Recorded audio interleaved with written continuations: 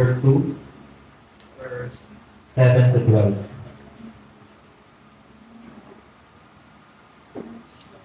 Verse 7, I will tell of the decree. The Lord said to me, You are my son. Today I have begotten you.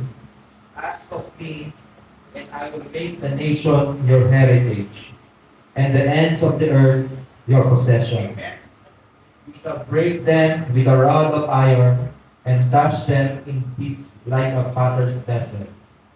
Now therefore, O kings, be wise, be warned, O rulers of the earth, serve the Lord with fear, and rejoice with trembling.